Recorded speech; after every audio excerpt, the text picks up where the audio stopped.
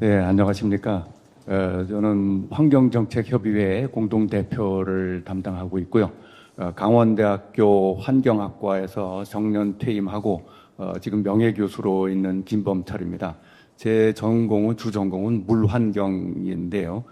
환경과학을 공부를 하면서 에너지 문제도 같이 바라보게 되는데 오늘 이 친환경, 친경제를 같이 잡는 에너지, 이런 그 세미나가 열리고 이런 그 부처도 만들어지고 이런 것을 보면서 시대가 많이 변했다 하는 걸 느낍니다. 과거에는 환경과 에너지가 같이 엮이지 않는다고 생각을 했는데 이제 환경과 에너지가 같이 엮이게 되는 그런 시대가 됐네요.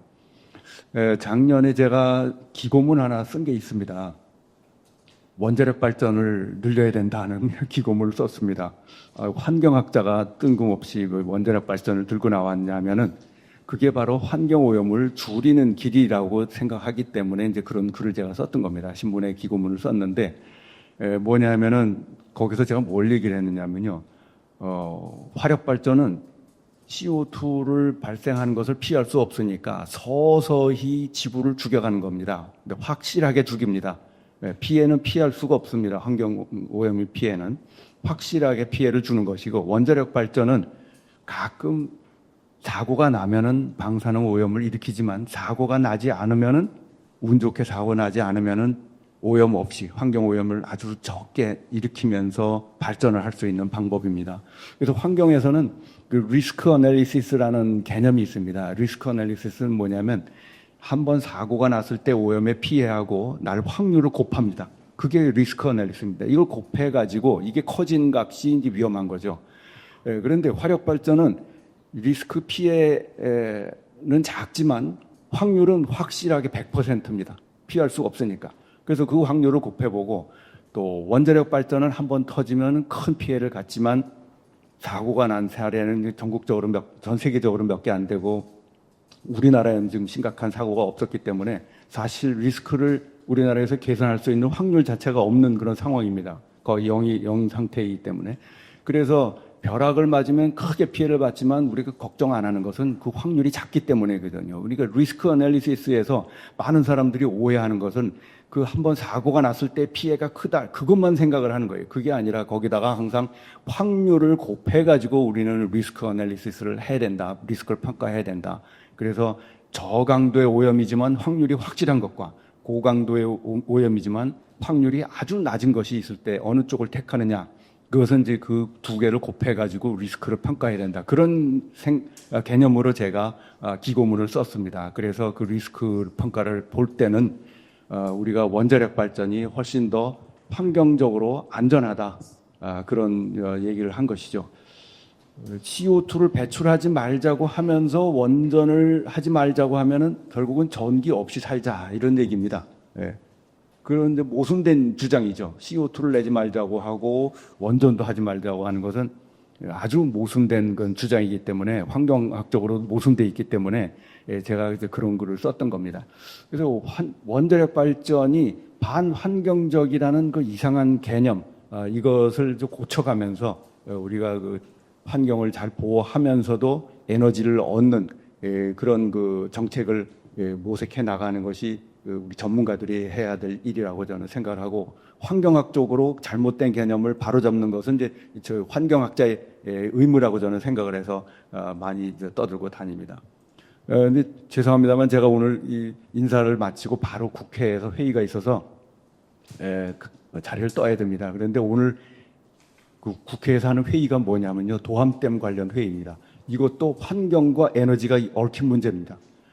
발전소를 1조 원짜리 만들어 놓고 수질 환경 문제로 발전을 못하고 20년째 셧다운되어 있는 그런 발전소를 다시 발전을 재개해야 된다는 데가 신문 기고문을 또 얼마 전에 한번 썼는데 그 관련된 그게 뭐 기폭제도 되고 그래서 이거 발전 여부를 또 논의할 수 있는 계기가 돼서 오늘 그 회의가 어제 갑자기 잡혔어요. 그래서 죄송합니다만 제가 인사만 마치고 떠나도록 하겠습니다. 네, 앞으로 이 좋은 환경도 개선하면서 에너지도 얻는 이런 좋은 그 시혜들이 많이 얻어지기를 부탁드리면서 오늘 인사 마치겠습니다.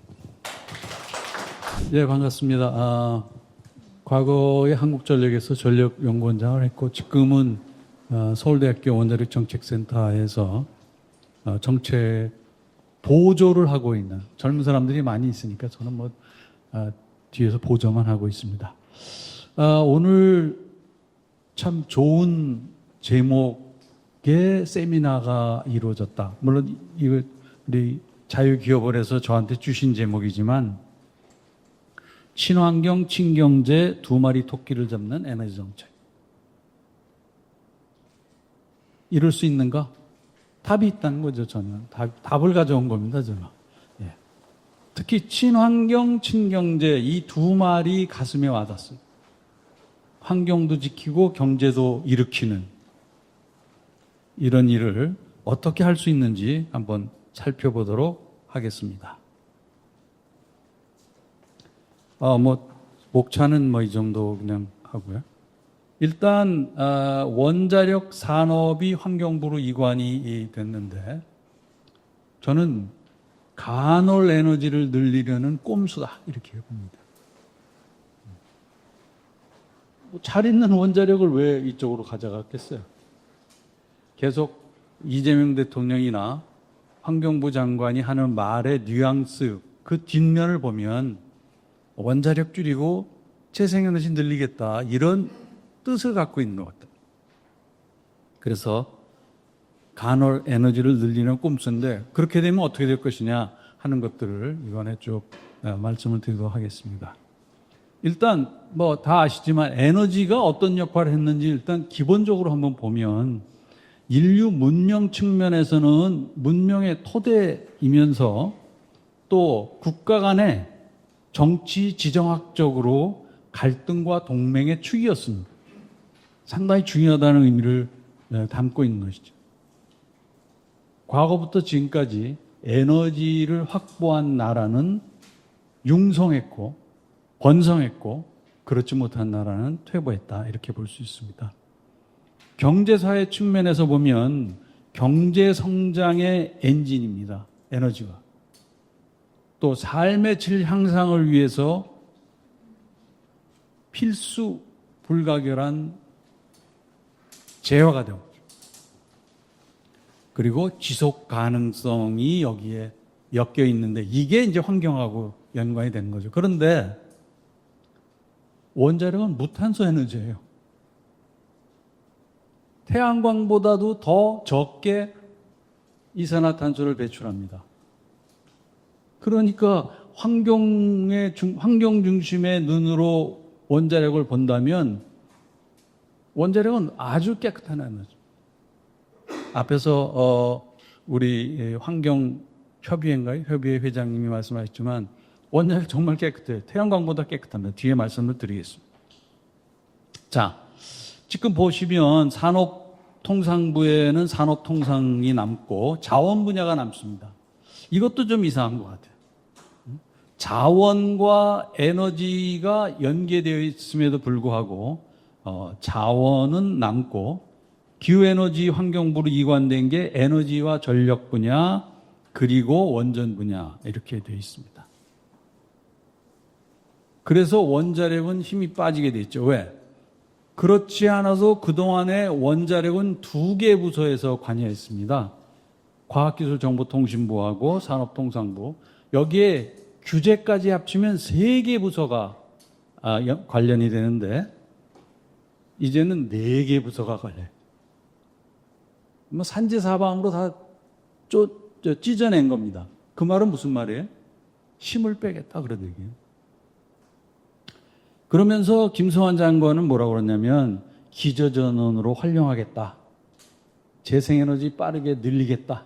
그러니까 기저전원을 활용하겠다는 건 그냥 추임새고 핵심은 재생에너지를 빠르게 늘리겠다 그런 말이죠. 그러면서 석탄, 석유, 액화천연가스를 조기 퇴출시키겠다. 가능한 말입니까? 특히 LNG 조기 퇴출 가능합니까? 재생에너지가 늘어나는데 불가능한 말을 한 거죠. 그러면서 나중에 이제 여기 이런 말이 나왔죠. 국민 공론을 듣고 판단하겠다. 원자력을 또 공론화하겠다는 거예요. 문재인 정부에서 원자력 공론화해서 폐퇴했잖아요. 물론 거기에 몰래 탈원전이라는 문구를 집어넣어 가지고 공론화 결과를 만들어낸 그것도 사실 약간 사기성에 가까운 결과인데 하여튼 졌어요. 원자력 계속 신고리 오르고기 계속 건설하자 이렇게 결론이 났는데 그 결론 그것만 따르고 나머지 원전 탈원전이다. 나머지 원전은 점점 줄인다 이렇게 되는 것이죠. 근데 그걸 따르겠다고요? 말도 안 되는 소리죠. 자, 또 어떤 문제가 있습니까? 환경 중심으로 재편하면 환경을 위한 에너지가 되는 것입니다. 독일이 이미 실험을 했다 실패해서 다시 원위치로 돌리지 않았습니까? 문재인 정부도 독일의 탈원전 따라했다가 우리나라 에너지 산업을 엉망으로 만들었고 지금 이 정부도 독일이 했던 모델 환경과 에너지를 합쳤던 모델을 보고 했는데 거기도 망해서 다시 분리했는데 그거는 안 보고 문제점은 안 보고 껍데기만 지금 보고 있다 그런 말입니다. 그리고 제일 중요한 게 뭐냐면 규제와 지능이 중간에서 충돌하면 외부의 평가가 불가능해집니다. 장관이 결정하면 끝이에요. 문제점이 바깥으로 드러나지 않습니다. 만약에 산업부와 환경부가 충돌하면 국무총리실이나 뭐 대통령실이나 이런 데서 그 충돌을 알고 조정할 수 있지만 한 부처 내에 있으면 장관이 결정 끝 이렇게 됩니다. 저는 이걸 제일 두려워하죠. 그 다음에 또 어려운 점이 뭐예요? 수출은 산업부에 있고 나머지는 이쪽에 있습니다. 그런데 사실 수출 경쟁력이라는 것은 모든 능력이 합쳐져서 그래도 될까 말까 한 게 수출 경쟁력인데 이렇게 다 분리해 놓고 일이 잘 될지 모르겠습니다. 마지막으로 가스 산업의 환경에서 가장 문제가 되는 게 가스 아니에요? 미세먼지 만들고 CO2 만들고 왜 그건 거기 이 산업부에 들었어요? 가스를 가져오고 원자력을 거기다 뒀다면 뭐 그거는 합리적이다 이러는데 거꾸로 했다 그런 얘기가 되겠습니다. 자, 그러면 재생에너지 확대에 어떤 문제가 있는가? 우선 비용 구조부터 보면 이 그림 뭐 굉장히 유명한 그림이죠. 재생에너지 비중이 점점 늘어나면 늘어날수록 어떤 문제가 있는지를 보여주는 표인데 우리나라는 지금 뭐 2단계쯤 와 있습니다. 평균으로는 2단계 와 있는데 제주도는 4단계 들어가서 4단계가 될 때가 많아요. 그러면 무슨 문제가 생겨요? 개통 확보가 최우선 과제죠. 그래서 뭘 했어요? 연계선을 또 넘버 3까지 연결했잖아요.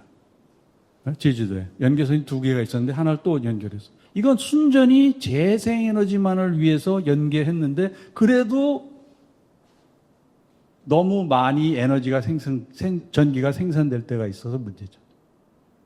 그러면 이 비용, 넘버 3 연계선은 재생에너지를 위해 쓰니까 재생에너지 업자들이 부담해야 되잖아요. 안 하잖아요. 그 대신 한전이 부담하고 그게 전기요금을 올리고 있는 거예요. 좀 있으면 지금도 뭐 전남 쪽에서도 그런 현상이 일어날 거예요. 지금은 우리나라는 평균적으로는 2단계에 있지만 국부적으로는 4단계까지 가는 지역이 있어서 문제가 된다. 이걸 빨리 해결하기 위해서 에너지 고속도로 뭐 이런 걸 얘기를 하는데 그게 한두 푼입니까? 비용을 생각하지 않는 정부, 특히 좌파들이 그런 것 같아요. 좌파들이 비용 개념 없이 그냥 무조건 밀어붙인다 그런 생각을 합니다. IEA도 경고를 했습니다. 뭐 재생에너지 늘어난다 당연히. 그런데 문제는 뭐냐? 이미 10% 정도는 커팅되고 있다는 거죠. 나라에서. 그리고 맨 밑에 보시면 2,500만 킬로미터의 그리드를 모더나이즈 하든지 빌딩해야 된다. 그리고 1,500기가와트의 저장 설비를 설치해야 된다. 재생에너지 때문에 이걸 해야 된다는 거예요. 이 투자를 해야 된다는 거예요. 엄청난 비용입니다. 엄청난 비용. 그리고 LCO 얘기를 이제 저쪽에서는 좀 얘기를 하는데, LCOE는 잘 아시잖아요. 특정 발전소 설비만 얘기하는 거 아닙니까?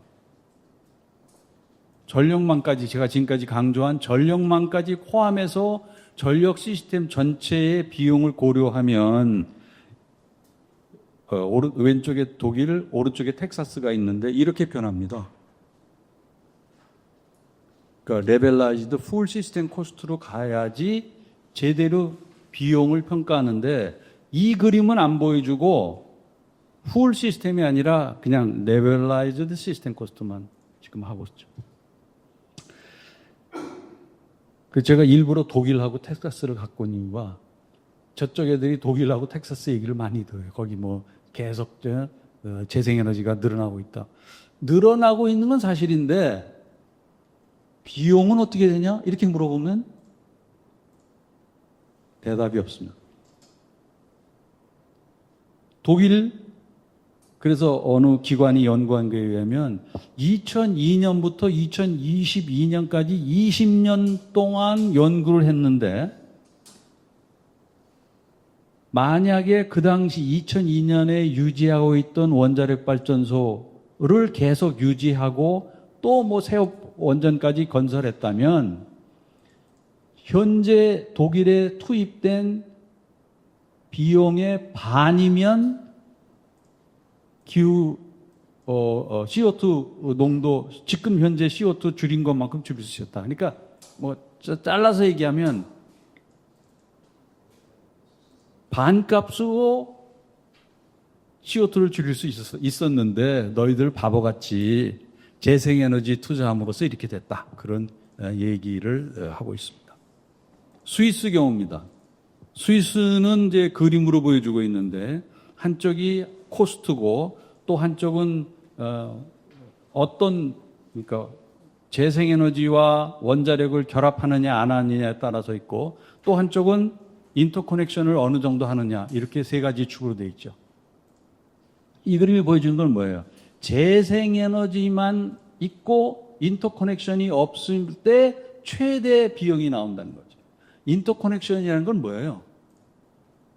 다른 나라에 의지해서 내 나라에 에너지가 넘칠 때는 글리 보내고, 에너지가 적을 때는 받아오고, 다른 나라를 에너지 저장 장치로 이용하는 게 인터커넥션입니다. 근데 이게 다른 나라가 없는 우리나라 같은 경우는 이게 그냥 비용으로 들어가는 거예요. 다른 나라에 보낼 수 없잖아. 그래서 여기 이 그림이 보는 건 재생에너지가 많을수록 또 인터커넥션이 적을수록 비용이 올라간다. 그러나 원자력을 넣으면, 그래서 스위스가 원자력을 고려하고 있는 거 아닙니까? 원자력을 넣으면 이 정도 된다. 또 롱텀 오퍼레이션 하면, 지금 있는 원전을 계속 운전하면 더 비용이 내려간다. 를 보여주는 게 이 그림 한 장이 되겠습니다. 자, 단적으로 보여주는 그림이 이거죠. 각 나라별로 왼쪽이 2019년도, 오른쪽이 2023년도에 태양광하고 풍력의 캐패시티 또는 태양광하고 풍력의 비율이 한쪽 축이고, 다른 쪽은 전기 요금입니다. 태양광하고 풍력이 많은 나라가 전기요금이 높아요. 경향성이, 물론 나라마다 사정은 다르겠죠. 다른 자원이 많은 나라, 뭐 이런 나라는 조금 여기서 걸러내야 되지만, 하여튼 전체적으로 경향성은 재생에너지가 많은 나라가 전기요금이 높다. 반경제라는 거죠. 친경제가 아니라 반경제라는 거예요. 여실히 보여주고 있어요. 그 다음에 또 하나는, 이건 조금 더 정밀하게 분석한 건데요. 아일랜드, 독일, 덴마크, 네덜란드 4개 나라를 3가지 팔레트로 했습니다. 팔레트 1은 뭐냐면 아리백만 가지고, 아리백에서 인정하는 전원만 가지고 했을 때의 비용. 2는 롱 듀레이션 에너지 스토리지, 그러니까 양수발전, 수소, 중력 발전 뭐 등등 이런 것들을 집어넣었을 때가 팔레트 2. 팔레트 3는 원자력 뭐 CCUS 다 집어넣었을 때 비용을 평가한 겁니다. 그러니까 1과 3, 팔레트 1과 3만 보시면 돼요. 여기 보면 자, 100% RE100, 그죠? 리뉴어블 에너지 100%가 됐을 때 비용이 거의 쭉 나옵니다. 나라마다 이제 상황이 다르니까 67, 뭐 80 이렇게 나오죠. 80유로 뭐 이렇게 나오죠. 그리고 맨 끝에 그래도 탄소 중립은 안 되는 겁니다. 탄소 중립이 되려면 100% CFE가 카본 프리 에너지가 돼야 되잖아요. 100%가 되려면 팔레트 1일 땐 아일랜드 경우 보면 242%의 비용이 더 들어간다는 거예요. 그렇죠. 근데 팔레트 3의 아일랜드를 보면 88%뿐이 증가하지 않는다는 거예요. 그러니까 31% 증가하는 거죠. 100% RE100으로부터 보면 어마어마한 차이가 나죠. 그러니까 이거는 친경제 얘기 나오면 재생에너지는 그냥 물 건너 하면 안 돼. 하면 그 얘기를 보여주고 있는 표를 제가 가지고 왔습니다. 자, 그러면 원자력은 그럼 어떠냐? 원자력은 어떠냐?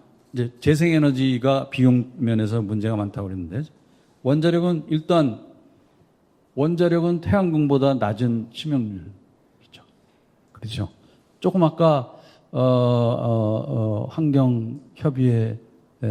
환경정책협의회 회장님이 인사 말씀할 때 원자력이 약간 위험한 것처럼 말씀하셨는데 실제로는 데이터로는 태양광이 더 위험해요. 한 40배 더 위험해. 더 많이 죽어요. 올해도 6월까지 우리 고범규 선생님이 조사한 자료에 의하면 6월까지 태양광으로 죽은 사람이 6명인가? 그죠? 네, 맞죠? 6명이 죽었어요. 올해만 해도. 원자력 방사선으로 죽은 사람 없습니다. 그리고 또 하나 제가 여기서 강조하고 싶은 것은 원자력 발전소가 사고가 나면 피해가 크다라고 생각하는 사람들인데 그것도 잘못된 생각입니다. 어떤 형식의 원자력 발전소냐에 따라서 다른데 체르노빌이나 후쿠시마 같은 발전소는 피해가 큽니다. 그거는 왜? 경납용기, 튼튼한 경납용기가 없거나 또는 약한 경납용기를 갖고 있어서 그래요. 그런데 경납용기가 튼튼한 가압경수로 우리나라 원전이 바로 그렇잖아요. TMI 원전이 그랬잖아요. 치명률 제로예요. 그러니까 우리나라의 원전과 태양광 비교하면 수치가 태양광은 비교할 수 없을 만큼 그렇게 위험한 나. 치명률에서. 다시 말하면 경납용기가 튼튼한 원자력 발전소는 사고가 나도 주민에게는 피해가 없어. 이 사실을 우리가 명확히 알아야 된다. 저는 강조하고 싶습니다. 어디 가나 전 이걸 강조하고. 그래서 TMI 2호기가 사고 났는데 1호기는 빌 게이츠가 투자해서 되살리잖아요. 1호기는 멀쩡하니까. 그것이 주는 메시지를 우리가 잘 알아야 되겠다. 그런 말이 되겠습니다. 온실가스, 태양광이 원전보다 4배쯤 많이 나옵니다. 더 나오죠. 그래, 온실가스도 더 나와. 치명률도 더 높아. 그럼 더 얘기할 게 없잖아요. 핵심 광물 소요량, 여기 보시면 원자력이 태양광이나 풍력보다 훨씬 적은 핵심 광물을 쓰잖아요. 핵심 광물의 싸움이 일어나고 있는데 그 싸움을 비켜갈 만한 게 바로 우리 원자력이다 이렇게 보이고. 정산단가 이거 제가 더 이상 안 보여드리죠. 원자력은 66원인데 2024년도 기준 태양광 200원. 지금 추진하려는 해양풍력 400원, 500원입니다. 많이 되겠어요? 이건 뭐 비교표를 한번 정리해 봤는데 한번 보시기 바랍니다. 화력 발전도 사실은 어차피 얼마 동안은 가져가야 되기 때문에 제가 이 표를 정리했습니다. 미국에서는 청정 에너지를 어디까지 보고 있느냐? 전력 면에서, 탄소 포집 면에서, 청정 수소 면에서, 이거 참고하시기 바랍니다. 다 CCS를 전제로 하는데, 그래야 확실하게 이 안에 들어가는데, 하여튼, CCGT, 가스터빈은 잘하면, 효율 높은 걸 만들면, 청정 에너지로 들어갈 수 있다라는 소식이 있어서 제가 정리해 왔습니다. 자, 그러면 정책 제언으로 이제 배경 지식은 그 정도 말씀드리고 정책 제언으로 들어가겠습니다. 일단 에너지 정책의 기본은 뭐냐? 국민 부담을 최소화해야 된대요. 국민 부담을 최소. 그런 방향으로 만들면 돼요. 그래서 첫째, 전력 수급 기본 계획은 경제성 분석을 넣어라. 그렇지 않으면 하지 마라. 저는 그렇게 했죠. 전력 수급 기본 계획 만들어서 뭐예요? 예를 들면 태양광은 언제 누가 얼마나 집어넣는지 뭐라고 하나 그걸 폴싱하는 그런 게 아무것도 없어요. 그냥 얼마 넣는다. 그렇게 넣을 때 전기요금이 얼마 되느냐? 이거 계산하지 않으면 저는 전력 수급 기본 계획 하지 말라. 저는 그런 생각을 합니다. 뭐 예상은 할 수 있겠죠. 전력이 앞으로 얼마나 더 필요할까? 이런 거는 뭐 필요하겠지만 그 이후로는 그냥 아무런 의미가 없다. 저는 배우고. 두 번째는 원자력 규제를 선진화해야 됩니다. 특히 아까 리스크 말씀, 리스크 인폼드 레귤레이션을 해야 됩니다. 그러면 규제 자원 효율을 높이면 규제 자원을 적게 쓰고 안전성도 높일 수 있거든요. 뭐 국제적으로 이미 하고 있는 거니까. 그 다음에 원자력 발전에 민간 진입을 허용해야 되는데 대형 원전은 민유 공용, 민간이 소유하고 한손이 운전하는 형태. 그게 좋아 보이는 거예요. 아직까지는. 소형 원전은 그런데 민영이 가능하지 않느냐. 그런 생각이 들고요. 실제로 우리나라도 역사를 보니까 일제 강점기 때 민유 구경을 했어요. 잠시지만 원래 다 민간이었는데 이제 전쟁이 심해지니까 민유 구경을 했던 적이 있어요. 그래서 이미 그런 역사도 있고요. 또 캐나다는 지금 공유민영을 하고 있어요. 공유민영. 그러니까 OPG 온타리오 파워 제너레이션이 소유한 국가 재산을 브루스 파워가 운전하고 있습니다. 그거 완전 합리적이잖아요. 그래서 이런 여러 가지 모델이 있으니까 민간 진입을 열어야 되겠다 그런 생각을 하고요. 그 다음에 이제 원자력은 그렇게 하고 궁극적으로는 S&P 이거 개혁을 해야 된다. 고비용 발전기 투입을 억제하는 방향으로 가야 된다 그랬죠. 결국 자유입찰로 가야 되는데 거기까지 못 간다면 우선적으로 개통 진입 조건을 변경해서 전기요금 인상을 최소화하자. 개통 진입 조건이 뭐예요 지금? 낮은 연료비 순으로 들어가잖아요. 그러니까 태양광하고 풍력이 먼저 들어가서 값싼 원자력을 밀어내잖아요. 그래서 저는 낮은 총비용 우선으로 가야 된다. 이런 얘기를 말씀드리고 싶고요. 그렇지 않으면 일정 이용률 이상을 유지해라. 태양광 업자가 개인으로 집에 설치한 거야. 그렇게 할 수 없지만 태양광 업자가 평균 80% 이용률 유지해라. 그럼 거기다가 에너지 저장 장치 달아서 80% 유지해라. 그럼 같은 조건으로 하는 거죠. 그 다음에 전력 시스템도 신뢰도를 지금 N-2를 고집하고 있는데 N-1로 좀 바꿔야 되겠다. 전부 다 바꾸자는 얘기는 아니고요. 선진국에서는 이미 하고 있는데 특정 전략 거점은 N-2하고 일반적인 데는 N-2 유지하면 좋겠다. 송전선도 날씨 좋고 별 특별한 일이 예상이 안 될 땐 n-1으로 가고, 그러면 동해안에서 오는 송전량을 더 늘릴 수 있거든요. 같은 송전선으로.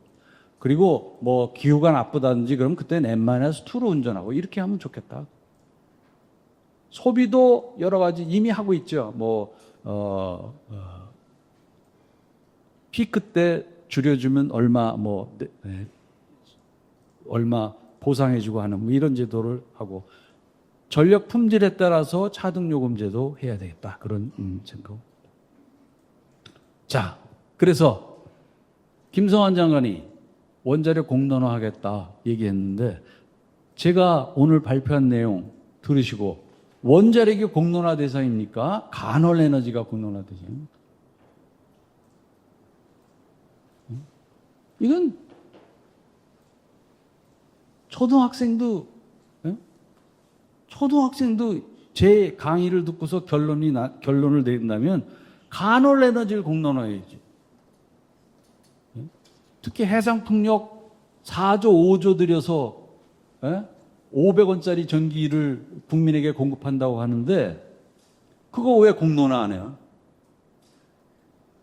그렇죠? 그거 먼저 공론화하고, 원자력 한다면 좋다, 원자력 해라. 근데 태양광도 하고 풍력도 하고 다 해라. 그렇게 저는 주장을 합니다. 결론은 예전에 쓰던 말인데, 예전에 전기가 부족할 때 시민단체들이 주장했단 말이에요. 전력이 인권이다. 나도 전기 자유롭게, 옛날엔 특선도 있고 보통선도 있고 그랬어요. 이렇게 좋은 시설은 없었잖아요, 전기 공급이. 근데 그 당시에 전력이 인권이다, 그러니까 우리 집에도 전기 넣어달라라고 주장했던 사람들이 있었는데, 지금 다시 돌아와 보면 값싸게 친환경적으로, 여기 그걸 붙여야 되겠죠. 그러니까 아까 처음에 시작한 친환경 친경제 전력이 인권이에요. 인권 별거 아니에요.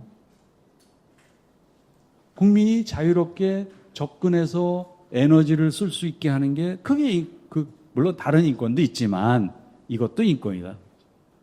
그거를 제한하면 안 된다는 거죠. 마지막으로 전기요금이 지금 우리나라가 올렸습니다. 산업용만 올렸어요.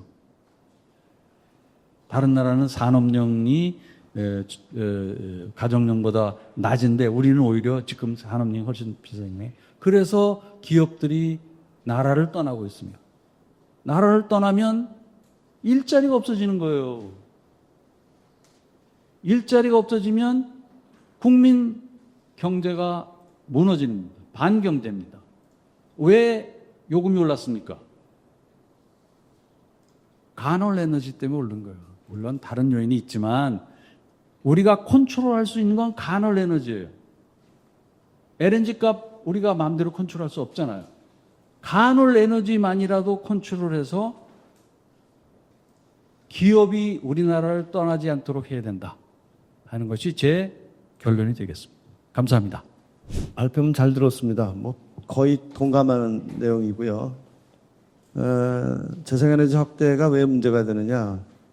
11차 전력수급 기본계획 보면은 이제 설비 같은 경우에 신재생이 확 증가했습니다. 원자력, 석탄, LNG, 그러니까 석탄하고 LNG는 감소하는데 신재생이 많이 증가했고요. 그 다음에 그렇지만 이제 발전량으로 보면은 신재생이 그렇게 많이 증가하지가 않습니다. 왜냐하면 신재생이라는 게 가능성이 크고 이용률이 적기 때문에 이게 비효율적이거든요. 또 다른 문제점이 뭐냐면은 이 이용률이 LNG 같은 경우에는 많이 떨어집니다. 왜냐하면은 신재생하고 이런데 자리를 내줘야 되기 때문에, 그렇게 되면 가스 발전소 이거 결국 수익성이 현저하게 떨어진다는 소리고, 그러면 가스 발전소 사업자들은 다 망한다는 소리죠. 이렇게 되면 안 된다는 얘기죠. 지금 많은 자생에너지의 히든 코스트가 이제 나타나고 있습니다. 아까 말씀하신 것처럼 전력망 개선하고 투자하는 돈이 많이 들어가고요. 그거 백업 파워가 어차피 들어가고요. 백업 할 거면 모터로 짓는지 저는 이해 못하겠어요. 그냥 백업으로 돌리면 되지. 그다음에 출력 제한을 해야 되고, 그렇게 되면은 싼 값에 발전원을 돌릴 수 있는 것이 이제 사용되지 않는 거죠. 그게 다시 또 비용이 되는 거고요. 기회비용이 되는 거고, 또 출력 제어 비용이 되는 거고. 그다음에 이게 주파수 제어라든지 전압 조절 비용이 올라가기 때문에 이 앤슬러리 서비스 비용이 크게 올라갑니다. 그다음에 이제 아까 뭐 마찬가지 말씀입니다만 회전 간성 이게 상실하기 때문에 영어로는 이제 전동력, 일렉트로모티브 포스가 상실되니까 이거를 보완하기 위해서 뭐 동기 조산기 발전기라든지 뭐 세워줘야 되고요. 지금 영국 같은 데 보면요. 영국에서 보면은 다른 LCOE로 따지면 다 떨어지고 있어요. LCOE로 따지면은 석탄, 뭐 윈드, 솔라 이거 다 떨어지고 있는데 전기요금은 올라가고 있습니다. 그럼 LCOE는 떨어지는데 전기요금이 왜 올라가느냐? 개통비용이 때문에 그래요. 그러니까 이게 이 아이러니가 바로 재생에너지 문제점입니다. 그래서 밸런싱 코스트가 해마다 커지고 있습니다. 그래서 요거는 또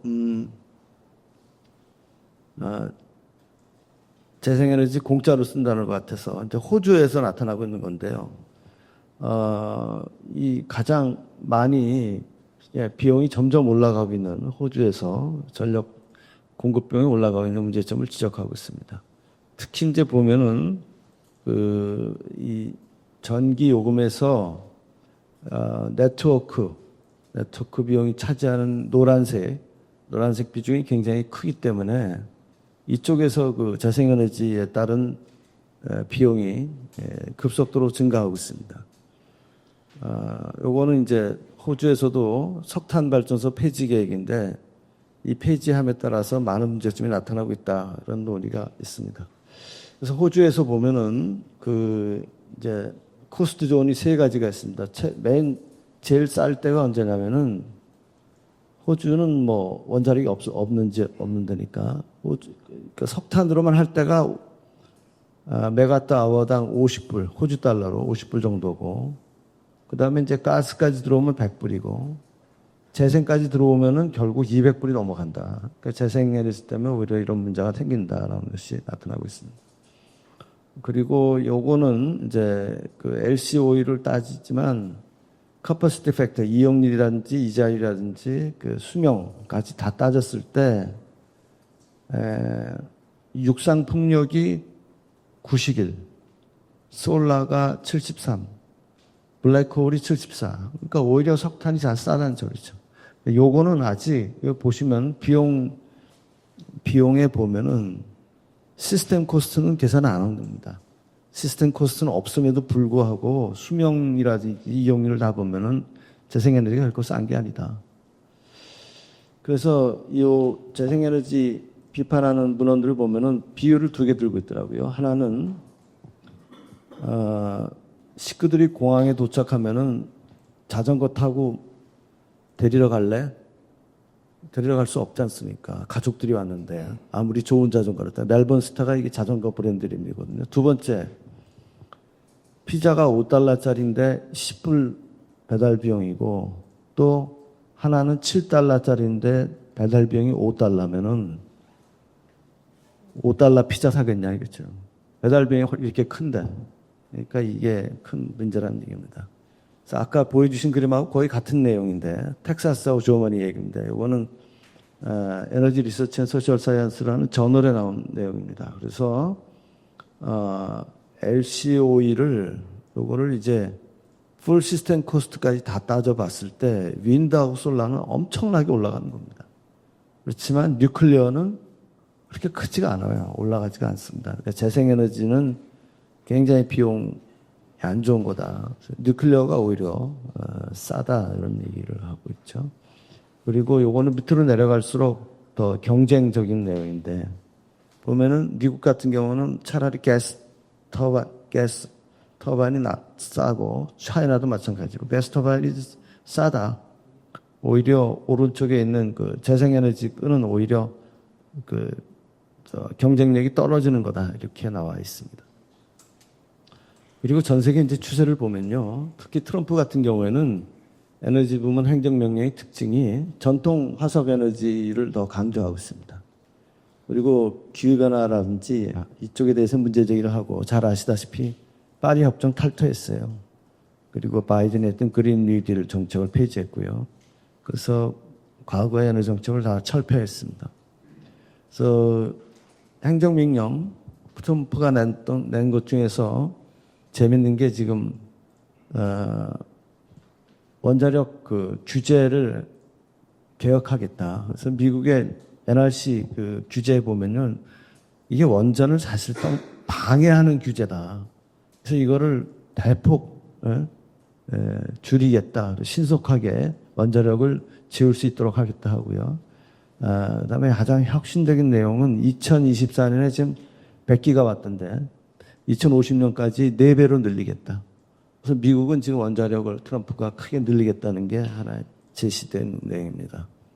요거는 제가 2018년에 FERC에 방문했을 때 내용인데요. 그때는 문재인 정부여서 한참 재생에너지 촉진 정책이 왕성하던 때입니다. 그래서 저도 FERC에 가서 재생에너지를 위해서 FERC는 뭐 합니까? 그러니까 의아한 표정으로 뭐라 하냐면 우리가 뭘 왜 해야 됩니까? FERC는 자원 중립입니다. 재생이 됐든 원자력이 됐든 석탄이 됐든 가스가 됐든 가장 효과적으로 전력을 보내는 망 이용의 중립성을 지향합니다. 이게 가장 중요한 겁니다. 그래서 망 이용, 이게 트럼프 1차 때거든요. 지금도 이 리소스 뉴트럴리티가 가장 중요하다. 기후에너지 환경부가 신설되면 무슨 문제점이 나타날까? 저는 조직 개편 자체는 문제가 아니라고 봅니다. 자체적으로 에너지 원자력하고 균형 있게 제시하게 되면 나쁜 거 없어요. 문제는 현재 민주당 그 정책이 균형을 잃고 있기 때문에 자체적으로 그렇게 낼 수가 없다는 거죠. 그래서 원전하고 재생에너지가 크게 상처를 입을 거다. 이제 앞으로 우리가 봐야 될 거는요, 시가전입니다. 지금 하나에 합해졌거든요. 그럼 산업부 공무원하고 환경부 공무원이 이제 한 부서에 있게 되면은 그 안에서 어떤 격투기가 벌어질지, 누가 어떤 정책을 펼지, 그게 굉장히 중요합니다. 그래서 그런데 제가 판단하기로는 환경부 공무원들이 저 산업부 공무원들보다 에너지에 대한 전문성이 현저하게 떨어지거든요. 그런데 이제 김성환 장관이 억지로 환경부 공무원들을 이제 헤드에 앉히게 되면은 많은 문제가 생길 거다. 그 다음에 이제 산업부 공무원들 중에서 일부는 친환경 쪽으로 이제 변절하는 사람이 나타날 수가 있다. 그래서 그런 것이 어떻게 될지를 좀 우리가 관찰해야 될 것 같습니다. 그 다음에 또 다른 문제는요, 우리는 그냥 산업부에서 에너지 정책을 펼칠 때 그냥 공무원들이 하는 거라 이렇게 생각하지만 아닙니다. 산업부 공무원들이 잘 모르면요, 한전분들, 거래소분들, 에너지경제연구분들 불러다가 아주 책상 옆에 앉혀놓고 자문을 듣습니다. 그 산업부 분들은요, 공무원, 사무관, 과장 새로 오면요, 법도 제대로 몰라요. 그래서 한전 사람들이 다 써줘요. 그러니까 이런 전문성이 현저하게 떨어지고 있기 때문에 지금까지 산업부 공무원들의 정책에는 그 전문가들의 자문하고 인터페이스가 굉장한 비중을 차지합니다. 그런데 지금 그런 인터페이스가 어떻게 될지 굉장히 걱정입니다. 이제 마지막으로 드릴 말씀은 이제 에너지 전환을 급격하게 하게 되면은 이제 우리말로 속칭 현타가 올 겁니다. 현타가 hit by reality가 오게 되고, 그거는 전기요금 폭등하게 되고, 전력 공급 불안하게 되고, 송전망 교통 문제점 생기고, 데이터 센터 부족하게 되고, 결국 요금 때문에 제조업 붕괴, 지금도 제조업 붕괴되고 있습니다. 무역 수지 악화되고, 경제 성장 후퇴됩니다. 제가 연구원 처음 들어갔을 때 누가 농담 삼아 프로젝트의 6단계를 얘기하더라고요. 첫 번째, enthusiasm, 열정. 두 번째, disillusionment, 환상이 깨지는 겁니다. 패닉, 이때부터 이제 패닉이 오는 거죠. 공포가 오는 거예요. search for the guilty. 그러면 이제 누구한테 뒤집어 쓰이거나 그 생각을 하게 되고요. punishment of the innocent, 멀쩡한 사람한테 죄 뒤집어 쓰이고 아무것도 한 일 안 사람한테 공을 돌리는 이상한 정치적 게임이 되지 않을까 불안합니다. 마치겠습니다. 인사 올리겠습니다. 이종호입니다. 두 분 이 어건덕 박범계보도 아주 전체적으로 데이터를 잘 보여드렸고요. 또 조성범 의원님도 많은 설명을 해주셨는데, 저는 재생에너지가 늘어나면 비용이 얼마나 늘어날까, 제가 나름대로 모델을 해도 계산을 해봤거든요. 그거를 보여드릴까 합니다. 후보에 작년에 아리백 주장하는 사람들이 아주 뭐라고 해야 되겠어. 이때 아주 순다고 그래야 되나? 클라이밋 그룹이 2004년에 비영리 국제기구로 설립됐는데 2010년에 그 아리백을 주장했고 또 그게 파리 협약 이런 식으로 반영됐습니다. 대부분 그 탄소 등급이 IEA 인터내셔널 에너지 에이전시에 보면 에너지 전환은 탄소를 배출을 하는 에너지부터 탄소를 배출, 그 탄소 에너지 가는 거라고 했거든요. 근데 대부분 우리나라는 에너지 전환은 재생에너지로 간다고 생각하고 아마 이제까지 왔다고 생각합니다. 그런데 그 모텔에 대한 하여튼 클라이밋 그룹이 작년부터 24/7 CFE 운동을 펼치게 됐고, 여기 홈페이지 보면 아리백하고 동등하게 나와 있고, 그리고 그 공급 크라이테리아도 테크니컬 크라이테리아도 제시를 했습니다. 이건 그 아리백 리뉴어블 에너지 테크니컬 크라이테리아가 우리나라 문정부의 우리 인증제도의 기본 모태가 됐거든요. 근데 좀 애석하게 우리는 원자력 하는 사람 아직 이거 인증제도 이거 만들자고 하는 사람이 별로 아직은 없어요. 뭐 그런 상황입니다. 지금 말씀하셨지만 데이터로 보면은 실제 데이터로 보면 스위스, 핀란드, 프랑스 이런 나라가 그 무탄소 전원 비중이 거의 90% 이상입니다. 그런데 뭐 그 덴마크 풍력 많이 쓰는 54%가 덴마크나 독일이나 영국 같은 데 보면 뭐 60% 내외인데 비용은 아까 전에서 보면 알겠지만 그 2000년대 초반에서 2020년대 전기요금이 늘어난 대부분의 많이 늘어난 국가가 에너지 전환, 재생에너지가 중심인 국가입니다. 이미 우리나라 작년 그 산업용 전기요금은 유럽 사람들 전기요금 비싸다고 그러거든요. 우리 평균적인 유럽을 초과하고 있습니다. 우리나라 계획은 보면 아이러니하게 뭐 잘못된 거라고 생각하지는 않는데 윤석열 정부가 원전 그러는데 아마 11차 수급 계획에서 원전은 한 40% 늘리고 재생에너지는 400% 늘리는 계획을 세웠거든요. 그래서 열심히 그 재생에너지 사람한테 욕먹고 있었습니다. 제가 그 믹스 시나리오를 계산해 봤는데 이미 원전이 32% 또 전력 수급 계획에도 한 35% 정도로 하고 있기 때문에 30%에서 50% 정도의 5% 단위로 계산을 해봤습니다.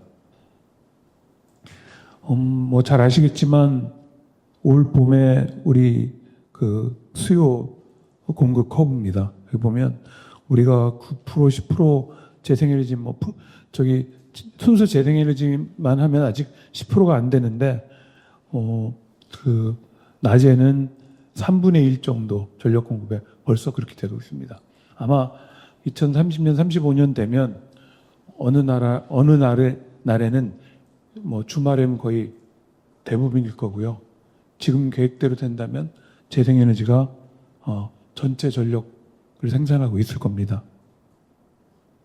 그래서 제가 한번 개념도를 지금은 이제 위클리 이제 데일리 커브 모형을 개발해 봤는데 이거는 재생에너지가 상당히 많을 때를 기준을 했기 때문인데 재생에너지가 만약에 50% 이상 되려면 이용률이 10여 프로밖에 안 되기 때문에 100% 이상을 공급해야 되거든요. 그래서 이러는 그래프가 낮에는 나올 수밖에 없습니다. 그래서 이게 수요 곡선이고 풍력, 태양광 더 커브로 그린다면 이때 이 초과되는 전력을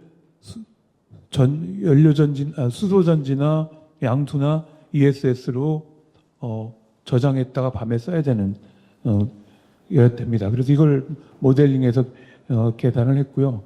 참고로 보면 IEA 데이터에 보면 재생에너지로 2050년에 탄소 중립이 된다면 여기 빨간 게 비용이거든요. 빨간 비용이 저장 비용입니다. 저장 비용이 60-70% 된다는 것을 이미 알고 있고 보여주고 있습니다. 이건 케이스 결과만 얘기하겠습니다. 여기 보면 원전을 30%를 했을 때 또 원전을 50%를 했을 때 5%씩 저기를 하면 당연히 30% 하면 재생에너지 설비가 많아야 돼 갖고 설비량은 이렇게 줄어듭니다. 반으로 줄어듭니다. 투자비도 거의 반은 아니지만 한 40% 정도 축소됩니다. 발전 비용을 보면은 여기 각각 각각 원자력이나 태양광이나 차지하는 연간 비용이고요. 왼쪽은 요거는 발전 단가로 발전 단가는 23년 단가를 보정을 했습니다. 비교를 위해서 같은 기준으로 보정했는데 결론적으로 말하면은 재생에너지를 50%를 하면 한 90% 전력 요금이 증가되고요. 또 원전을 50%를 하면은 40%만 증가시켜도 탄소 중립을 달성할 수 있다는 결과가 나옵니다. 이때 지금 많은 분들이 아까 개통 비용, 시스템 코스트가 비싸다 이런 얘기를 하셨는데 여기서도 계산한 결과를 보면은 여기 보면은 원자력 이게 발전 단가에 기여하는 게 오른쪽에 보면 28이 이제 원전이 50%일 때 28이 원전, 40이 태양광 풍력, 여기는 가스터빈, 무탄소 가스터빈, 32가 배터리입니다. 원전이 50%면 배터리 양이 많이 필요 없기 때문에 이렇게 되는데 그 다음에 이걸 원전을 30%로 줄이면 물론 태양광 풍력 비용도 많이 들어갈 거고요. 그런데 증가하는 건 보면은 이 증가보다 배터리에 대한 운용 비용이 더 증가합니다. 32에서 60, 2배로 증가합니다. 결국은 개통 비용이 많이 증가한다는 걸 보여주고 있고요. 독일 아까 말씀하셨지만 독일에서 보면은 아까 전 그래프에서 독일이 2000년대 초반 대비 최근에 전력용이 많이 증가했잖아요. 여기 보면은 2000년 이게 제일 처음에 2000년대 초반에서 전기요금이 한 2배 정도 증가했는데 이 대부분의 비용이 여기 전력 구입비는 크게 변하지 않았고요. 전력 구입비는 크게 변하지 않았고 결국은 시스템 비용하고 보조금, 원 보조금이고 개통 비용이거든요. 개통 비용이 결국은 발전 구입비보다 그게 2배 정도 많기 때문에 우리보다 3배 비싸. 이렇게 하는 겁니다. 그걸 저희를 보여줍니다. 이렇게 제가 계산으로 간단히 보였는데 다 여러분 전문가이시고 너무 잘 알지만 우리나라는 정말 독일처럼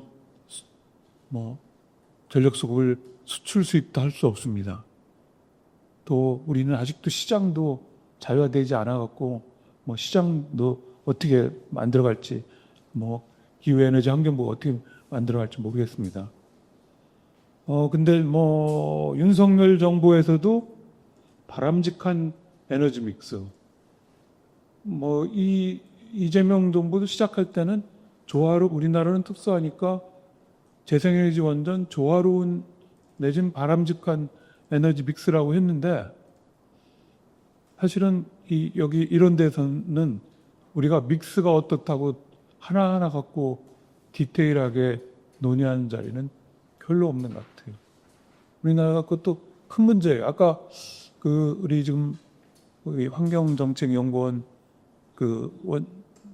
원장님, 아니 대표이신가, 그분께서 얘기를 뭐 외부에서 잘 원자력에 대해 설명을 해주셨는데, 하여튼 전력에서 이런 심각한 문제를 많이 얘기하거나 이런 장이 부족하고 또 연구도 부족한 것 같습니다.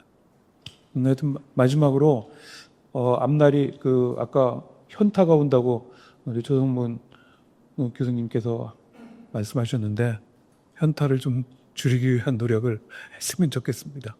네, 이상으로 제 발표 마치겠습니다. 저는 이제 환경주의적 에너지 정책이 내파는 위험성이라는 제목으로 좀 토론문을 작성을 해봤는데, 좀 제목 작성하면서 너무 좀 강경하게 작성한 게 아닌가 좀 걱정했었는데, 다른 분들 그 토론문 그러면서 그렇진 않구나 이제 이렇게 다행이라고 생각을 하고요. 일단은 제가 항상 이 에너지 정책이라든가 이 환경 담론을 보면서 좀 답답해하는 부분은 약간 이제 환경주의라는 부분이 있을 거고, 이제 학문으로서의 환경이 있고, 그 다음에 이념으로서의 환경이 조금 다르다고 느끼거든요. 근데 약간 지금 현재 우리 행정부에서 진행되는 에너지 정책의 진행 방향을 봤을 적에는 이 이념으로서의 좀 환경 정책, 이념으로서의 환경을 다루는 측면이 좀 많아 보인다. 그래서 보면은 우리가 이제 어떤 에너지원이 뭐 친환경적이다, 아니다, 혹은 안전하다, 아니다라고 하는 부분을 다루기 위해서는 저는 반드시 좀 짚어야 될 것들이 크게 한 5가지, 6가지 정도 된다고 생각을 하거든요. 첫 번째로는 일단은 지금 가장 이슈가 되고 있는 온실가스 감축 능력. 그 다음에 두 번째는 이제 산재 사고 문제 있죠. 아까 이제 수석님께 제가 6명이라고 말씀드렸었는데, 우리나라 이제 태양광 발전 분야에서의 이제 산재 사망자 수가 올해 이제 7명 나왔거든요. 네, 최신 업데이트가 돼가지고 7명이 이제 올해 사망을 했어요. 물론 이제 다른 발전 분야에서도 이제 발전원을 뭐 건설하고 운영을 하다 보면은 뭐 추락사, 전도, 감전, 뭐 열상 이런 다양한 유형의 사고 때문에 사망자가 나오는데, 태양광 발전 분야는 유독 되게 많은 사망자가 나와요. 근데 이런 부분들에 대해서 사실 어느 어느 이제 공무원들이 다루고 있느냐, 어느 전문가들이 이 문제 제기를 하고 있느냐, 저는 항상 이 말씀을 드리고 있거든요. 그래서 이런 냉철한 좀 평가가 필요한 부분들이 있다. 마찬가지로 이제 또 이제 주변 이제 보건 환경에 대한 영향들 있지 않습니까? 예를 들어서 석탄 화력 발전이라든가 가스 발전은 대기 오염에 의한 환경 영향이 있고요. 그 다음에 원자력 발전은 잘 알고 계시는 것처럼 뭐 방사선에 의한 또 오염 평가가 이거 있고, 그런데 이거 사실 EU가 이제 에너지 정책의 환경성을 다룰 적에 에너지 용도로 쭉 평가를 했었어요. 토지 사용량, 물 사용량, 혹은 이제 외부 방사선 피폭량, 혹은 이제 온실가스 배출량 등등, 이것들을 다 쭉 평가를 한 것을 토대로 해서 원자력도 친환경적이고 그 다음에 재생에너지도 충분히 친환경적이다, 이렇게 결론을 내리고 갔는데, 우리의 에너지 정책은 약간 그런 평가 과정이 없다 이거죠. 좀 냉정하게 평가하는 과정들이 필요한데 그게 좀 부족하다. 그런 것 없이 조금 주먹구구식으로다가 다른 나라가 했었으니까 우리도 따라해야지, 유럽이 하니까 따라해야지, 좀 그렇게 가는 경향이 있어요. 그 결과로 보면은 지금 좀 우려스럽죠. 지금 산업용 전기요금이 오히려 이제 가정용 전기요금부터 높게 오르는 현상이 나타나고 있는데, 이렇게 제조업이 중요한 국가에서 이렇게 이제 전기요금 체계를 운영을 하고 있는 거 굉장히 좀 큰 문제라고 생각을 하고요. 그리고 또 몇 년 전에, 거의 한 8년 전 그래프인 것 같아요.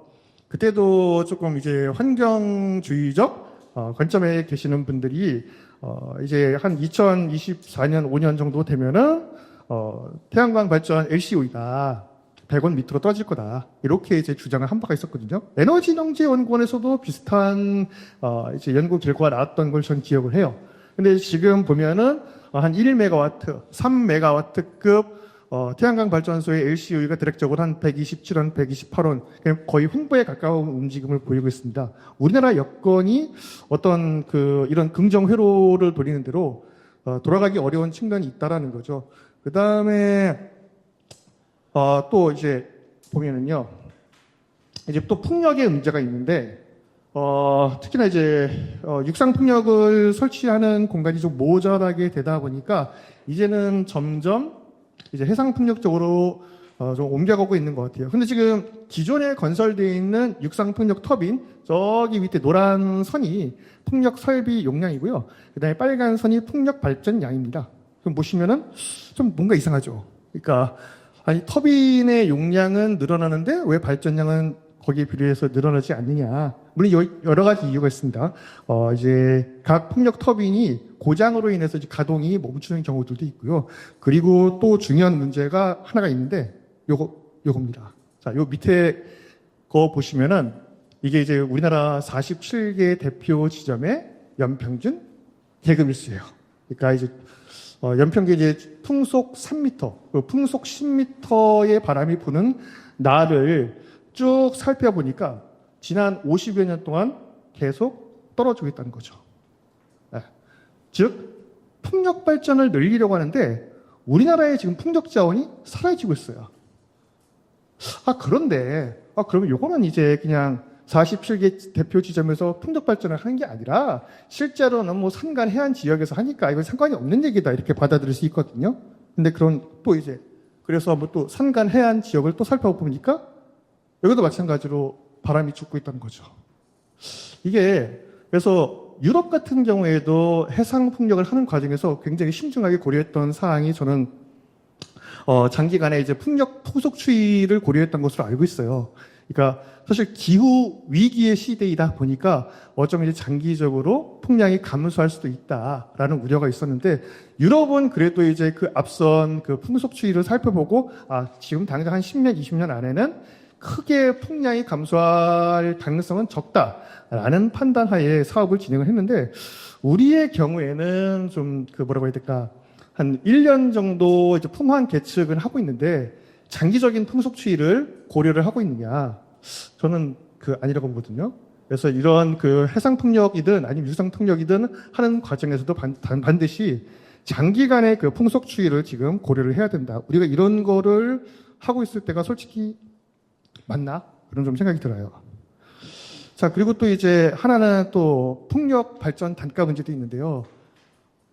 기존에 이제 에너지경제연구원 여기 또 이제 계셨던 분들도 계시지만은, 에너지경제원 연구원에서 2024년도에 재생에너지 공급 LCOE를 이제 추정해본 결과, 그 당시 이제 해상 풍력 건설 단가를 메가와트당 55억 원 내지 65억 원 정도로 이제 추정을 하고 산정을 한 게 킬로와트 아워당 271원에서 300원 정도의 LCOE가 나온다고 이제 추정을 했었는데 지금 건설 단가 이제 65억 원에 못 맞춰요. 지금 벌써 이제 한 80억 원 그리고 또 이제 올해 한 3월쯤에 완공되었던 SK가 완공했던 단지 같은 경우에는 96메가와트인데 9천억 원에 완공이 되었죠. 그래서 지금 점점 굉장히 비싸지고 있는 상황이고 다른 나라도 마찬가지로 사업비 상승이라든가 여러 가지 공급 자재 공급 원가들이 올라가면서 사업상을 못 맞춰서 우리보다 여건이 훨씬 좋은 나라에서도 지금 해상 풍력을 속속 사업 철수를 하고 있는 추세다라는 겁니다. 자, 그리고 그래서 이제 저는 이 해상 풍력과 또 이제 재생에너지 비중을 늘리는 과정에서 조금 더 냉정하게 좀 비판하고 바라봐야 될 필요가 있다라고 말씀을 드리면서 여기를 이제 마치도록 하겠습니다. 네, 인천대학교 손영은 교수입니다. 발표자와 다른 토론자 분들의 말씀 잘 들었습니다. 오늘은 10월 1일입니다. 오늘은 10월 1일 국구의 날이기도 하지만 어제보로 정부조직 개편안이 통과함으로써 기후 에너지 환경부가 이제 출범을 하는 첫날입니다. 아마 뭔 행사도 하고 있을 것 같습니다. 기차는 이미 떠났고 아무리 기후에너지 환경부에서 비판하고 그러면 안 된다고 얘기하더라도 기차는 이미 떠났고 한 5년간은 아마 변화 없이 가지 않을까 이렇게 생각을 합니다. 뭐 꼭 에너지만이 아니라 이 정부와 그는 폭정의 열차는 이미 떠났습니다. 그래서 이미 시작이 되었고 많은 부분에서 아마 큰 변화가 오는 그런 단계에 와 있다고 생각을 합니다. 이게 무슨 의미일까요? 기후에너지 환경부가 가게 되고 다른 발표자이나 토론자 여러분들께서 말씀하셨듯이 진흥과 규제가 한덩어리에 대해서 이제 앞으로 이런 일이 벌어지게 되면 뭐 어떤 일일까 이런 생각을 해볼 필요가 있다고 생각합니다. 무슨 의미일까요? 우리는 지금까지 재생에너지 비율을 올려라 그러면 그렇게 올리면 비용이 너무 높아지니까 안 된다 여기까지만 하자 이렇게 얘기를 해야 됐었고 원전을 하지 말자 그렇게 원전 안 하면 어떻게 되니까 이렇게 원전을 해야 된다고 얘기했었고 NDC를 몇 프로로 해라 그러면 그만큼 올리면 우리가 경제가 죽는다 그래서 어쩔 수 없이 해야 된다 이런 얘기를 했었습니다. 어떻게 보면 변화에 대해서 에너지 전환에 대해서 늘 방어하는 입장이었다고 생각을 합니다. 그러다 보니까 불가피하게 마치 이런 걸 방어해서 에너지 정책을 경제적으로 혹은 에너지 안보를 지키는 쪽으로 가는 사람은 다 반환경 세력인 것처럼 스스로 자임하는 그런 결과가 되고 그걸 무릅써 왔다고 생각을 합니다. 근데 그게 바뀐 겁니다. 이제 칼자루는 완전히 저쪽으로 넘어갔고 아마 지금 새로 된 환경부 장관, 기후에너지 환경부 장관이 되겠지만 그분이 최근에 하는 말씀이나 혹은 최근에 위원회를 구성하고 있는 걸 보면 아마 모든 일을 다 끼리끼리 모여서 다 결정하게 될 겁니다. 이미 예를 들어서 조금이라도 자기 비위에 거슬리는 개통이 이렇게 되면 위험합니다. 이런 얘기하면 협박하는 거야. 그러고 나오고 있습니다. 그렇기 때문에 어떠한 논란도 없이 열차는 계속 갈 겁니다. 개야 지서라 기차는 간다 이렇게 할 겁니다. 어쩌면 이제 지금까지 우리는 늘 대답하는 사람이었습니다. 앤서 하는 사람이었습니다. 근데 이제는 질문하는 사람으로 바뀌어야 됩니다. 늘 저쪽은 질문하고 우리는 대답을 하다 보니 늘 방어적이었고 힘들었는데 이제는 질문하는 포지션에 이미 가 있고 그건 아마 오늘부로 아마 달라질 거라고 생각합니다. 어쩌면 우리는 이제 변화하는 데서 주장하는 쪽으로 가야 됩니다. 늘 저쪽은 주장하고 우리는 늘 변화하고 방어했는데 이제 거꾸로 바뀌었다, 위치가 바뀌었다 이렇게 생각합니다. 어쩌면 우리가 지금까지 하고 있던 에너지와 관련된 모든 논란이 그 프론트 라인이 바뀌었습니다. 옛날에는 무엇을 할 건가, 재생에너지를 어떻게 할 건가, NDC를 어떻게 할 건가, 이게 무엇을 할 거냐가 논란이었다면 이제 무엇은 다 정해졌습니다. 아마 거의 거침없이 화석에너지를 죽이고 원전도 아마 하지 않을 것 같습니다. 그리고 재생에너지를 엄청나게 올리는 일을 하게 될 겁니다. 무엇은 이미 끝났습니다. 그건 다 끝났고 이제는 어떻게 그걸 할 거냐를 물어보는 단계로 가지 않을 수 없는 그런 단계가 왔다고 저는 생각을 합니다. 이 정부가 기후에너지 환경부를 통해서 하고자 하는 바는 이런 겁니다. 국정과제를 보면 재생에너지를 엄청나게 늘리겠다고 합니다. 100기가와트 설비만큼을 재생에너지를 늘리겠다고 합니다. 지금 상상할 수 없을 만큼의 재생에너지가 더 밀려 들어올 겁니다. 그 다음에 알리백 산단이라는 것도 하겠다고 합니다. 호남 어느 지역에다가 지정을 해서 그쪽에다 기업을 다 몰아넣고 재생에너지로 돌아가는 공장을 운영하겠다는 거죠. 또 에너지 고속도로라는 걸 만들다고 합니다. 제가 아는 에너지 지식으로 전기의 속도는 빛의 속도인데 고속도로가 웬 고속도로가 존재하는지 모르겠는데 이름이 에너지 고속도로인데 이게 국민들에게 먹혔죠. 그래서 이제 그 공약이 나왔고 에너지 고속도로라는 걸 한다고 합니다. 어쩌면 믹스에 큰 변화를 시도하게 될 것입니다. 재생에너지, 특히 해상풍력을 호남 앞바다에다 잔뜩 넣고 그게 굉장히 비쌉니다. 아까 우리 고봉기 의원님께서 말씀해 주셨지만 풍력발전소 1기가와트를 만드는데 거의 원자력 발전소 1기가와트 만드는 것과 같은 돈이 들어갑니다. 엄청난 돈이 들어가는 거죠. 그러나 원자력 발전소는 24시간 전기를 생산하지만 이건 바람 불 때만 생산합니다. 자, 해상풍력을 많이 달고 또 바다 밑으로 에너지 고속도로를 깔고 그래도 가능성이 있기 때문에 또 엄청난 ESS를 달아야 됩니다. 대전에서 일어난 배터리 사고는 많은 걸 암시하고 있습니다. ESS 어떤 설비도 지금의 기술 수준으로는 10년 이상 수명이 안 됩니다. 발전소와 달리 ESS는 10년마다 한 번씩 교체를 해야 되는데 그나마 불이 안 나면 다행이겠지만 불이 나면 대책도 없는 ESS를 엄청나게 달아야 됩니다. 왜냐하면 태양광이 하루 5시간 돌아간다면 하루 24시간 가운데 5시간만 태양광이라면 ESS를 그것의 4배나 5배를 달아야 됩니다. 태양광 비용보다 훨씬 많은 돈이 ESS 들어가게 되고 ESS는 지금의 기준으로는 엄청 비싼 설비입니다. 이렇게 해서 과연 전기 공급이 되느냐 하는 겁니다. 전기 공급도 안 되겠지만 우리가 지금 상상할 수 있는 전기를 생산하는 방법 가운데 가장 비싼 비용, 상상할 수 있는 것 가운데 가장 비싼 비용을 채택하겠다는 게 이 정부가 에너지 정책을 앞으로 가져오자 하는 바다 하는 게 그걸 정확하게 이해해야 됩니다. 이미 그렇게 됐습니다.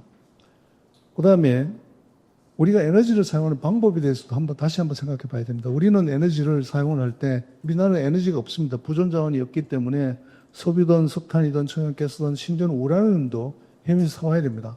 자, 해외에서 이렇게 에너지를 사오면 그냥 쓸 수 있는 게 아닙니다. 에너지는 반드시 설비가 있어야 됩니다. 석유를 마시거나 석탄을 입을 수는 없는 일입니다. 어떤 게 필요할까요? 플랜트도 지어야 되고요. 발전소 지어야 되고 원전도 지어야 되고 원자로도 만들어야 되고 전기발생기도 만들어야 되고 파이프라인도 매설해야 되고 가스를 운반하려면 조선도 해야 합니다. 정유 공장도 만들어야 되고 석유화학 공장도 만들어야지 에너지를 쓸 수 있습니다. 철강, 기계 모든 것들이 에너지를 개발하고 수송하고 보관하고 사용하는 모든 설비들을 만드는 공장을 우리는 엄청나게 많이 갖고 있고 이게 다행히 세계 최고의 경쟁력을 갖고 있기 때문에 그래서 우리는 이 탑티어의 이런 산업 때문에 에너지와 이 산업을 합쳐서 에너지를 비교적 싸게 지금까지 써왔다 이렇게 생각할 수 있습니다. 만약에 부가가치로 비교한다면 뭐 굳이 매년 달라지기 때문에 뭐라고 딱 정해서 얘기할 수는 없지만 로우 머티리얼인 에너지가 35%, 설비가 65%의 비용이 들어간다고 보면 대체로 맞습니다. 따라서 우리는 65% 설비에서의 경쟁력을 가지고 지금까지 에너지가 없는 나라가 고도 에너지 다소비 업종 중심의 고도 산업 사회를 만들어 왔다. 이렇게 얘기할 수 있습니다. 그런데 만약에 기후에너지 환경부를 만들어서 이런 모든 에너지 정책을 산업과 관련된 이 에너지의 모든 문제를 기후 문제 해결하는 하위 수단으로 전락시키게 되면 어떤 결과가 나올까 하는 게 굉장히 두렵습니다. 왜냐하면 아까 얘기했듯이 1차 에너지 가운데 원전, 석탄, 천연가스, 석유는 이런 탑티어의 우리 산업이 백그라운드가 있습니다. 그러나 재생에너지 전혀 다릅니다. 재생에너지든 태양광이든 풍력이든 이미 중국이 다 전 세계 시장을 다 장악하고 있어서 우리는 중국 물건 없이 재생에너지를 돌리는 건 완전히 불가능합니다. 우리만 그런 게 아니고 유럽도 그러고 미국도 그렇습니다. 이게 지금 전 세계적으로 재생에너지를 늘리는 데 있어서의 가장 큰 바틀렉이 중국이 다 장악해버렸다는 겁니다. 중국은 너무 많은 재생에너지를 이미 만들었고 케이스를 만들었고 코스트를 다운시켰고 석탄 발전소를 돌리면서 엄청난 태양광 설비를 만드는 생산 수단을 확보했습니다. 그래서 우리는 중국을 이길 수가 없습니다. 우리가 에너지 전환을 만약에 기존의 원전과 화석에너지 발전소에서 재생에너지로 가는 순간 우리가 지금까지 갖고 있던 산업에서의 경쟁력, 65%의 코스트를 담당하고 있는 산업에서의 경쟁력은 다 무효화되고 우리는 어쩌면 중국에 완전히 의존하게 되는 에너지 안보에서 가장 불안한 상태로 가게 될 거라고 생각합니다. 환경 문제는 과거에는 이념의 대립이었거나 아니 자기 사상이었거나 행동이었거나 이런 것이었습니다. 그러나 요즘은 다릅니다. 환경 문제는 이미 이권 카르텔의 잔치입니다. 이미 우리는 지금 이 변화에 대해서 굉장히 곤혹스러워하고 어렵고 힘들어 보이겠지만 저쪽에서는 이미 잔치가 벌어져 있습니다. 거기는 뭐 그 사업자도 있고 지자체도 있고 그 관련된 햇빛연금도 있고 중국 산업도 있고 전선회사도 있고 무지 많은 사람들이 이미 거기에서 잔치를 벌이고 있는 중입니다. 중국이 에너지 전환을 하는 데 있어서 중국은 이렇게 얘기합니다. 질서 있는 전환을 얘기합니다. 중국은 마치 태양광이나 풍력을 엄청 늘리고 있는 것 같지만 석탄 발전소도 계속 짓고 있고 원전도 말할 수 없이 계속 짓고 있습니다. 왜 그런가 하면 중국의 원리는 이겁니다. 우리가 에너지 전환은 좋다. 그러나 에너지 전환을 하려면 중국 한자로 이렇게 써놨더라고요. 설립 후 파입니다. 먼저 세우고 나중에 파괴라는 겁니다. 먼저 세우고 나중에 파괴가 너무나 당연한 것이 우리가 새로운 나중에 수단이 들어오기도 전에 파괴부터 하게 되면 우리는 얼어 죽게 됩니다. 그게 우리의 문제라는 거죠. 중국조차도 설립 부파라는 원칙을 질서 있게 지키고 있습니다. 기존의 에너지를 보호하고 에너지 안보가 확보되는 선에서 새로운 어떤 에너지 수단을 찾자. 이게 중국의 정책의 방향입니다. 그런데 우리는 지금 설립 부파를 하고 있나요? 아닙니다. 정반대로 하고 있습니다. 우선 내가 이 잔치를 벌려야 되니까 이 이권을 쟁탈해야 되니까 원전도 나가라. 화석에너지도 나가라. 이게 지금 현재의 문제로 저는 생각을 합니다. 앞으로 어떤 일이 일어날까요? 두렵지만 좀 생각해보지 않을 수가 없습니다. 아마 이번 추석이 난 되게 그럴 것 같았는데 추석날 일기예보를 보니까 많이 흐린 날이 많아서 잘하면 넘어갈 것 같습니다. 어쩌면 이번 가을인지 내년 봄인지 혹은 한 해인지 모르겠지만 우리는 개통에 아주 엄청난 충격과 함께 실패를 맞아야 됩니다. 아마 정전이 일어날 겁니다. 대규모 정전이 일어날 가능성이 굉장히 높아졌습니다. 그 얘기를 하면 너무 길어지기 때문에 하여튼 대충 그렇다는 게 전문가들의 지금 생각입니다. 두 번째는 돈이 없습니다. 아까 말씀드렸던 모든 방법들은 엄청난 돈이 들어갑니다. 액수는 뭐 이미 밝혀진 것만 해도 어마어마한데 한전은 이미 부채 덩어리 회사가 되어서 그 돈을 담당할 능력이 없고 한전은 채권 발행을 할 수 있는 한계도 이미 거의 도달해 있습니다. 따라서 전기요금을 올리지 못한다면 그 돈은 결국은 국가 재정에서 나와야 합니다. 국가 재정에서 이 많은 돈을 부어 넣을 수 있을까요? 마른 사막에다 수돗물을 갖다 대는 것과 비슷한 일이 벌어질 텐데 국가 재정에서 돈 끌어오는 일이 아마 굉장히 심각하게 벌어질 것이고 그건 그렇게 쉽지도 않을 거라고 생각을 합니다.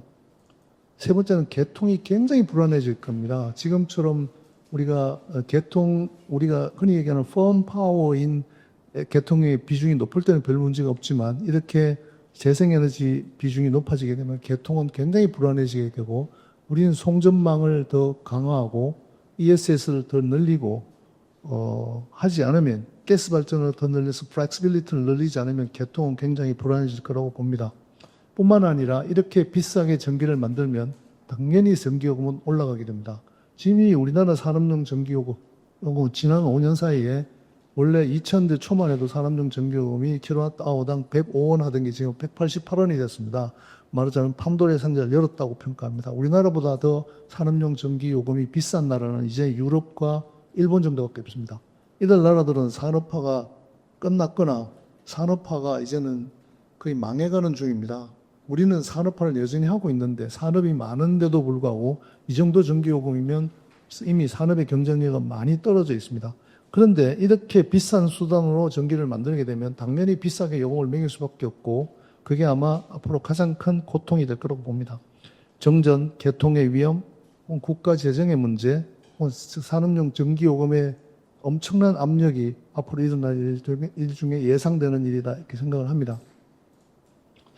어떻게 해야 될지는 잘 모르겠습니다. 그러나 어쨌든 지금까지 프론트라인이 재생에너지를 늘리는 경우에 이러이러한 문제가 생기면 이렇게 해야 된다. 뭐 이런 얘기를 주로 했다면 방어하고 변호해 왔다면 앞으로는 끊임없이 비용에 대해서 질문을 해야 됩니다. 너가 하려는 일들의 비용이 얼마나 드느냐를 구체적으로 밝혀라고 얘기해야 됩니다. 그래서 그 엄청난 비용을 갖다가 스스로가 인지하게 해주어야지 하지 않을 겁니다. 아마 칼자루를 쥐었기 때문에 지금까지는 옆에서 손가락질하고 지적하고 화살 쏘고 하는 입장에서의 사람들이 지가 칼자루를 쥐었으니까 비용에 대해서 절대로 눈 감고 있지 못할 겁니다. 비용에 대해서 끊임없이 얘기를 해야 되고요. 두 번째는 글로벌 트렌드입니다. 우리는 마치 이게 이런 게 정상인 것처럼 보이는지 모르겠지만 다른 나라는 이미 이런 탄소 중립이라느니 뭐 ESG라느니 그린이라느니 이런 것들에 대해서 이미 굉장히 회의하고 있습니다. 내가 오늘 왔더니 자유기업원의 포스터가 이게 푸른색으로 칠해져 있는 거 보니까 여기도 아마 그린워싱을 하기 시작한 것 같습니다. 그린워싱 이미 다 지쳐서 다른 나라는 다 포기했고 미국은 해상 풍경을 정지시키기까지 했고 물론 가치분이 됐습니다만 미국이 지금 우리나라에 와서 미국 며칠 전에 신문을 보니까 미국 폴리티코라는 신문에서 나온 말이 미국 에너지 정책하는 사람 앞으로 이런 말은 금지하다 하고 발표한 게 있습니다. 진짜입니다. 그거 뭐라고 되냐면 크라이밋이라든가 혹은 뭐 그린이라든가 이런 말 좀 쓰지 마라. 우리 이제 앞으로 그런 관심이 없다. 이렇게 얘기하고 있습니다. 미국은 그렇게 하고 있고요. 유럽은 그런 짓 하다가 지금 나라가 쫄딱 망할 지경에 와 있습니다. 프랑스 대모님 보셨죠?